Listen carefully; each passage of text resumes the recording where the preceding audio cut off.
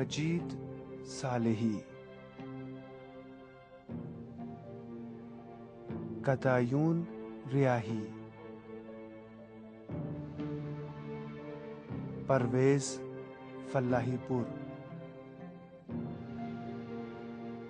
Ramen ناصر نصیر، اسماعیل سلطانیان، سرگرداں روح۔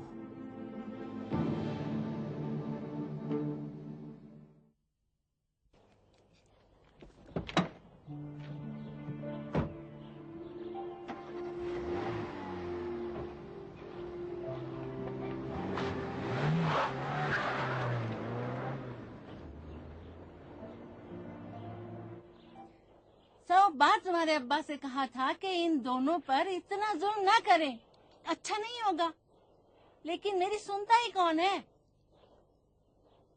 میں قربان جاؤں نرگس بیٹی، میں قربان جاؤں تم پر۔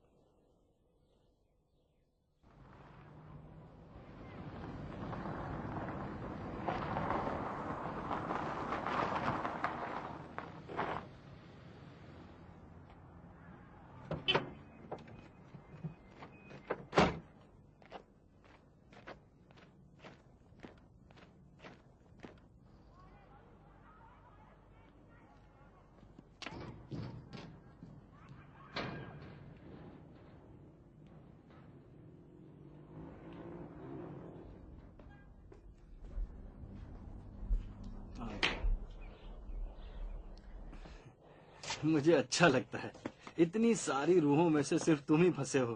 اصل میں تمہاری انہی پریشانیوں نے مجھے مار ڈالا ہے۔ بڑا مزہ آتا ہوگا، نہ نیند کی ضرورت، نہ کھانے پینے کی، اور نہ گھر کی، نہ بال بچوں کی، گاڑی واڑی کے بغیر ہی گھوم رہے ہو۔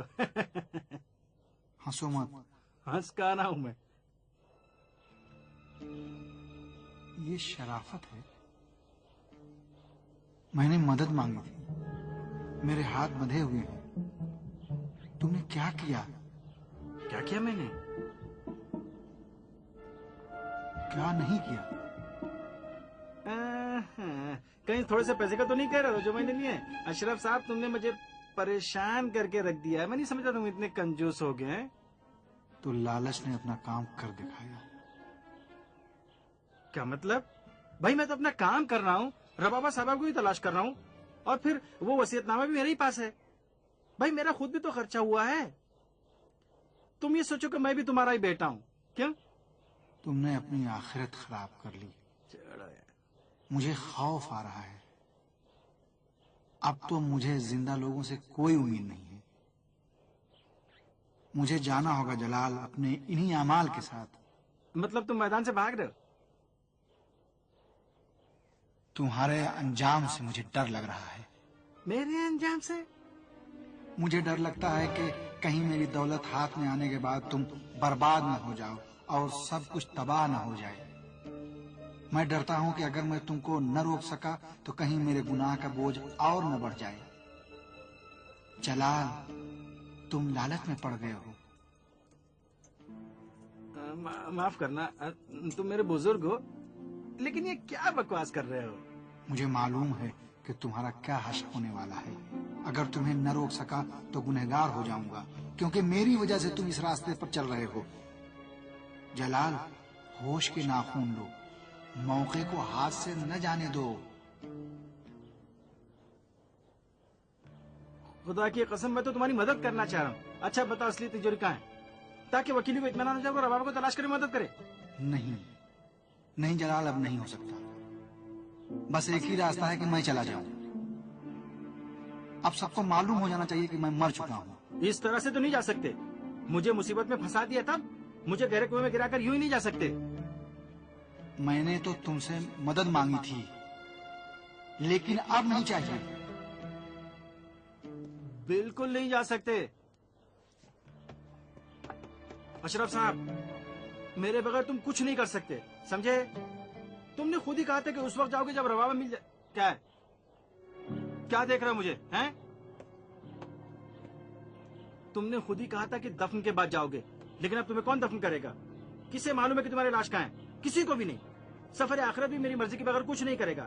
یاد رکھنا کہ صرف میں ہی تمہیں دیکھ سکتا ہوں۔ دیکھا، تمہیں معلوم ہے کہ جلال کے بغیر کچھ نہیں ہو.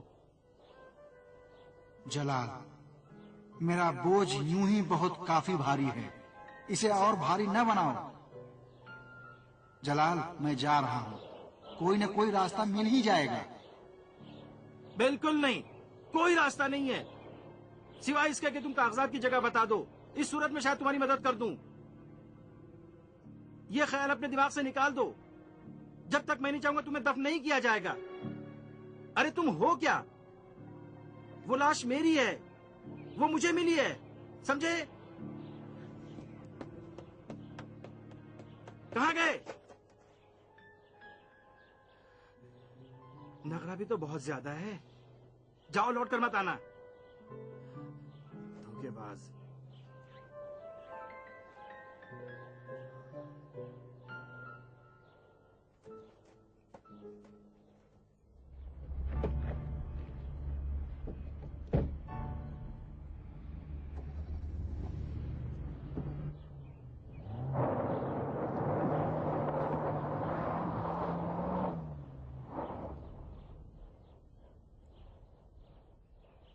ہاں، پھر کیا کہا؟ ڈھیر سارا پیسہ نکالا اور کہا کہ شوکت صاحب لے اتنے سارے پیسے، اب میں بھی مالدار ہو گیا ہوں، پیسے والا ہو گیا ہوں، بڑا آدمی بن گیا ہوں. سچ کہہ رہا تھا، بہت پیسے تھے اس کے پاس، بہت. اس کے بعد کہنے لگا اب پیسے کی مہک آ رہی ہے، منہ سے بھی پیسے کی مہک آ رہی ہے. ابا، منہ سے پیسے کی مہک آنے کا کیا مطلب؟ اور کیا کہا؟ اس کے بعد کچھ نہیں.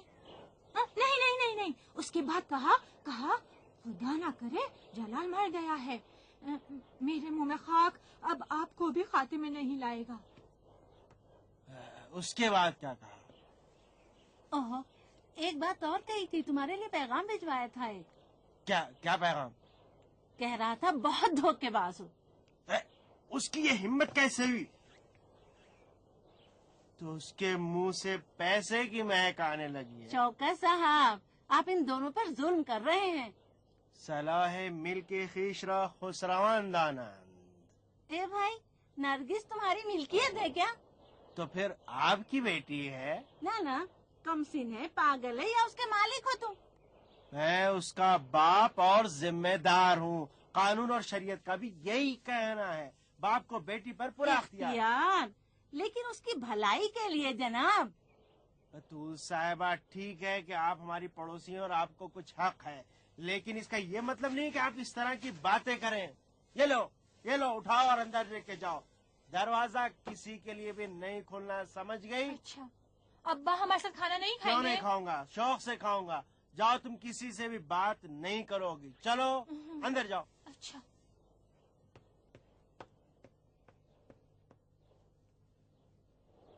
پاگل ہو گیا ہے.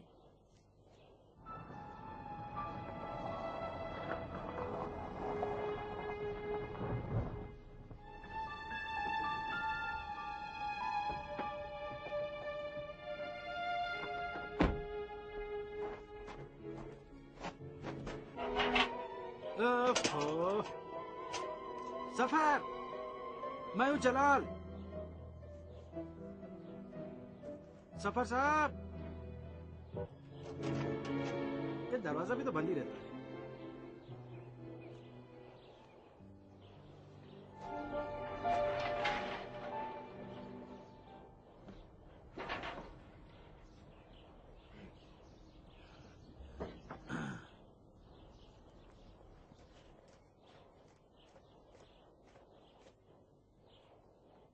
سفر صاحب،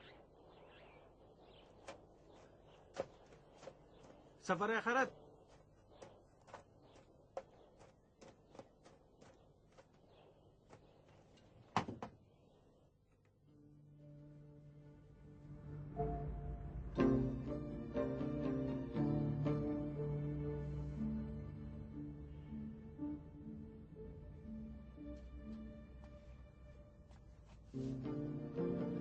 سفر صاحب،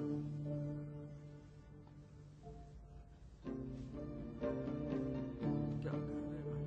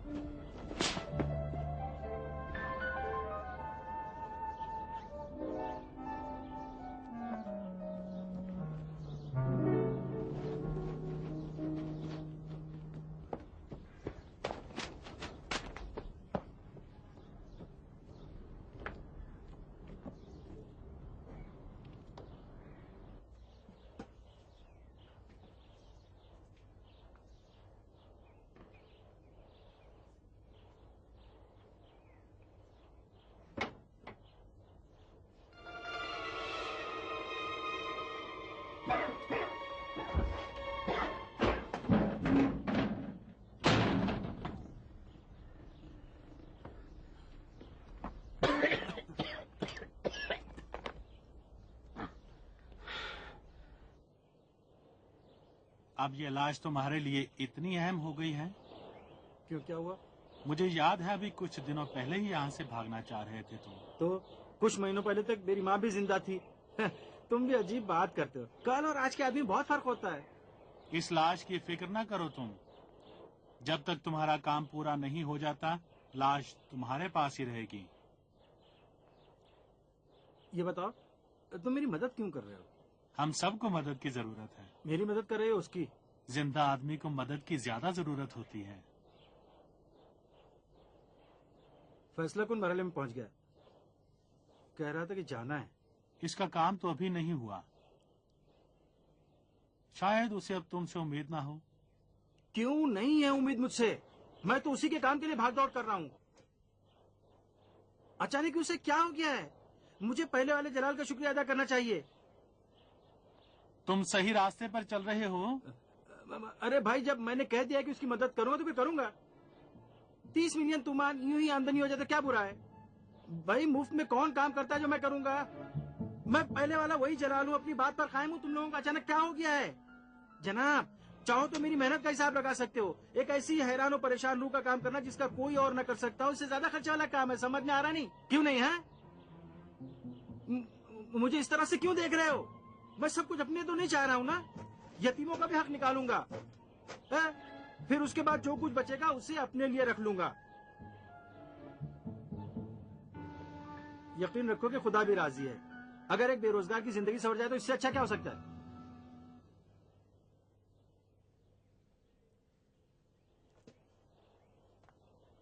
ये भी मूड ही है। जब मूड होता है तो आ जाता है और जब मूड नहीं होता है तो चला जाता है। हाँ? पता नहीं तिजोरी कहाँ पे है। उस वकीली को तो यकीन ही नहीं आएगा कि अगर मेरे को कुछ नहीं हुआ।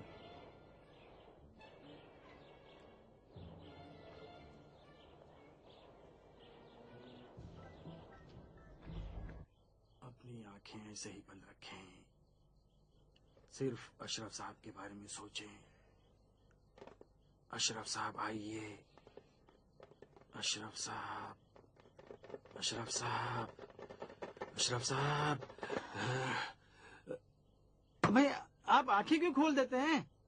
मोहतरमा, मैं नहीं कर सकता। जलाल साहब। मोहतरमा, जब देखें तभी आंखें खोल देते हैं। वकीली, इसकी ये अदा भी तो अच्छी लगती है। मोहतरमा, आप भी आंखें बंद करें ना। अब उनसे माफी मांगनी पड़ेगी हमें। इतनी दूर से यहाँ तक आना आसान भी तो नहीं है। हमारे घर के पड़ोस में तो अशरफ साहब नहीं रहते ना। अशरफ साहब, हमें माफ कर दीजिए। अब ऐसा नहीं होगा। बराए करम हमें माफ कर दे और फिर से आ जाएं। अशरफ साहब, अशरफ साहब, आ गए, आ गए। अशरफ साहब,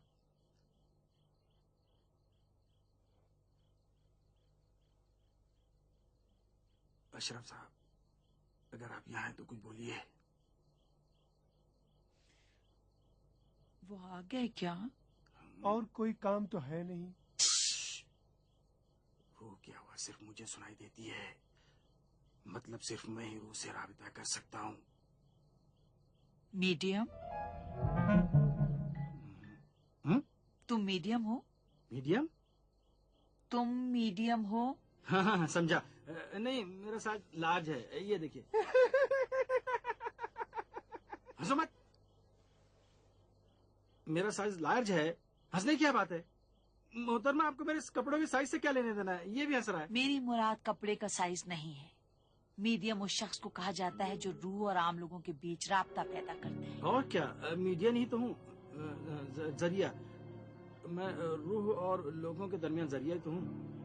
अच्छा, अब फिर से अपनी आंखें मत करें। अशरफ साहब, अगर हो तो कहो कि हूँ, और अगर नहीं हो तो कहो कि नहीं हूँ। बेवकूफ, अगर नहीं है तो नहीं है। कैसे कहेंगे कि मैं नहीं हूँ? ओफो, मुझे मालूम है कि अगर नहीं होंगे तो कैसे कहेंगे कि नहीं हूँ, लेकिन आप मुझे अपना काम करने देंगे या नहीं? अरे भाई, ये स्टाइल है। मेरे और अशरफ साहब के दरमियान कोड वर्ड्स हैं।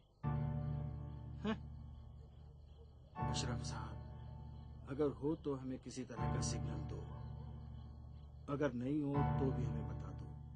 अशरफ साहब, हम इंतजार कर रहे हैं, हमसे राबिता कायम करो, जिस तरह से भी चाहो राबिता कायम करो, हमसे राबिता कायम करो, हमसे राबिता कायम करो।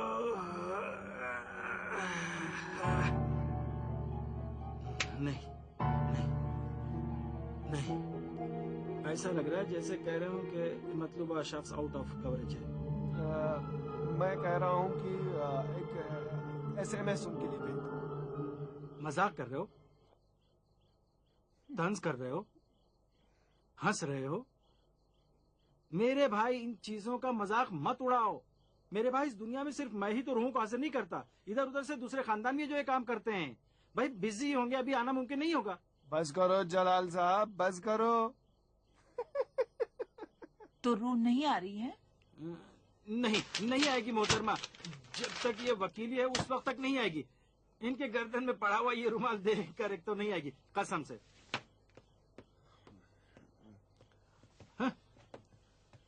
मोहतरमा, आपको क्या सचमुच इन बातों पर भरोसा है?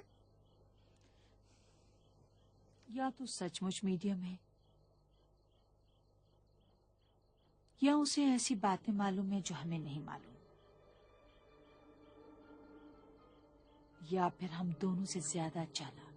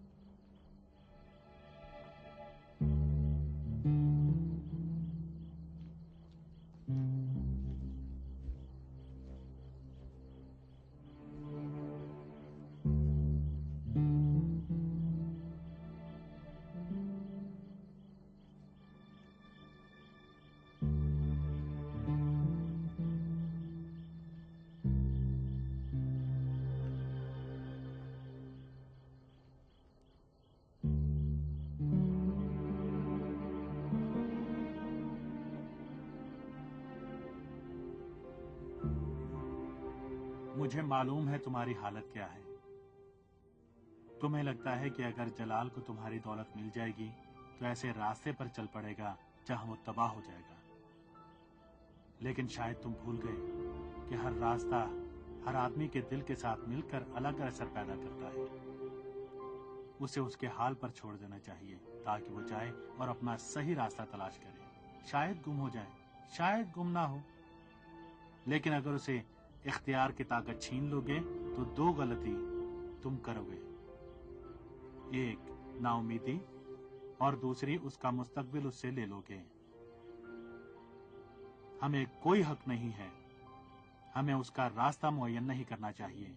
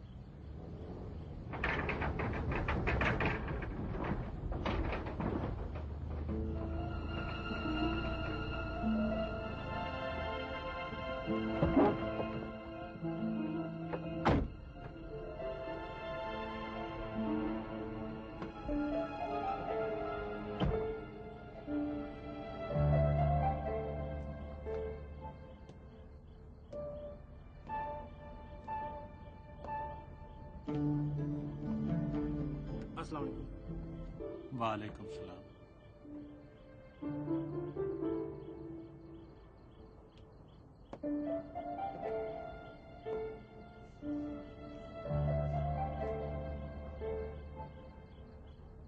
खुदा अपने बंदों को उनकी तमाम ख्वाहिशों के साथ दोस्त रखता है। लेकिन मुझे कुछ ज्यादा नहीं चाहिए। अगर चाहोगे तो भी कम ही होगा। एक मिनट, ये जगह कैसे तलाश कर ली? तलाश करना नामुमकिन नहीं है, लेकिन शायद सख्त हो। हाँ, सख्त है। मैं भी उसी तरफ आ रहा था। साथ ही चलते हैं, मैं खुद तुम्हें वापस ले आऊंगा। उससे? नहीं नहीं, तुम उससे जाओ, मैं अपनी गाड़ी से आता हूँ। वो क्या है इतनी कबाड़ा गाड़ी, आदमी को बैठते शर्म आती है। हंसो मत। कहाँ हंस रहा हूँ मैं?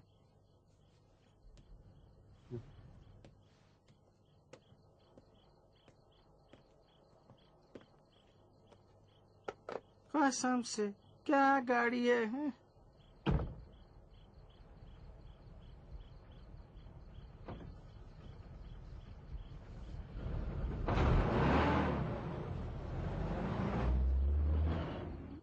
इस गाड़ी में बैठता हूँ, फिर मुझे डांटता भी है।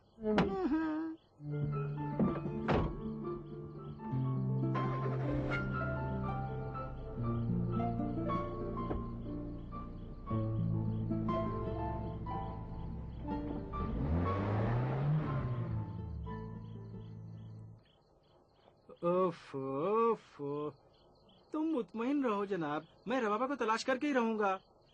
तुम्हारी इसी रूह की कसम खा के कह रहा हूँ, जैसे भी होगा रबाबा साहबा को ढूंढ निकालूंगा। लेकिन तुम्हें भी बताना होगा कि असली तिजोरी कहाँ है, हैं? तुम्हें बताना होगा कि वो कहाँ है। असल में जनाब मैं तुम्हारे फायदे की ही बात कर रहा हूँ। तुम्हारे फायदे की बात है कि कागज मेरे पास रहें। बात समझ आ रही है नहीं? फिर मुझे टिकटिकी बांधे देख रहे हो। जनाब, क्या तुम्हें माफी मांगने के लिए रबाबा की तलाश नहीं है? हाँ ठीक है, मैं तुम्हारे लिए माफीनामा ले लूंगा। तुमसे क्या मतलब है? हो सकता है कि कोई रकम खर्च किए बगैर ही मैं माफीनामा हासिल कर लूं। हाँ? नहीं हो सकता, उनका हक है। उफ, उफ, अशरफ साहब सख्ती दिखा रहे हो। देखो इस तरह से अपना वक्त भी बर्बाद कर रहे हो और मेरा भी। भाई तुम्हें माफीनामा चाहिए ना, वो मैं तुम्हें लाकर दे दूंगा। मैंने सोचा शायद वो लालची हो।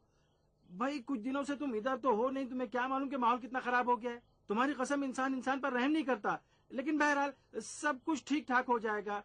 तो ये तय पाया कि मैं तुम्हारे लिए माफीनामा हासिल करूं।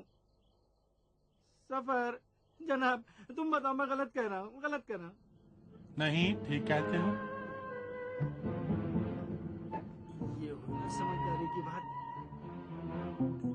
देखा, ये बहुत बाइंसाफ आदमी है, हैं? ठीक है, मेरी कसम कहो कि ठीक है। तो फिर गौर से सुनो ताकि समझ सको कि मेरा मसला क्या है। नहीं, तिजोरी की जगह बताओ। उसके बाद तिजोरी की जगह भी बता दूंगा। अपनी कहानी के बाद बता दोगे तो ठीक है। बताओ बताओ। 40 साल कबल मेरे पास कुछ भी नहीं था, लेकिन घर में सुकून था। मैं खुश था। मेरी बीवी फरिश्ता थी, मेरी हर बात मानती थी, अच्छी बुरी हर बात। हर दिन 100 बार खुदा का शुक्र अदा करती थी, लेकिन मैंने उसकी कदर नहीं की। एक अच्छा सा दोस्त भी था, वो मेरे लिए भाई से बढ़कर था। उसका नाम नासिर था। हम पार्टनर बन गए। अच्छा आदमी था। कुछ कर्ज लिया, बीवी के कुछ जेवर बेचे, घर का सामान बेचा और एक दुकान ले ली। कुछ पैसे फौरन अदा किए, बाकी किस्तों में देना तय पाया। दुकान में माल भर दिया। दुकान मेरे ही नाम पर थी ताकि सरकारी काम करने में आसानी हो। एक मुआहदा भी हमने लिखा जिसके मुताबिक हम दोनों का हिस्सा 5-5 लाख था। मेरी बीवी रात दिन घर में अकेली पड़ी रहती थी और मैं नासिर के साथ काम में मसरूफ रहता, रात दिन काम करता। कभी कभी अशरफ रात में उठकर रोती थी, लेकिन मुझसे छुपकर उसे मेरे अंजाम की फिक्र थी। अलबत्ता मैं हलाल और हराम काम नहीं करता था। मेरे ऊपर कुछ हुकूक थे जिनकी अदायगी मैं नहीं करता था, जिनमें से एक बीवी का हक भी था। जल्द ही हमारी दुकान चल पड़ी। ग्राहकों के साथ अच्छी तरह पेश आते थे और यही हमारी जमा पूंजी थी। सबको किस्त पर सामान देते और सहूलत फराहम करते। मार्केट में भी हमारा अच्छा नाम था। पैसे से पैसा बना रहे थे कि अचानक एक दिन नासिर का हार्ट अटैक हो गया, मर गया।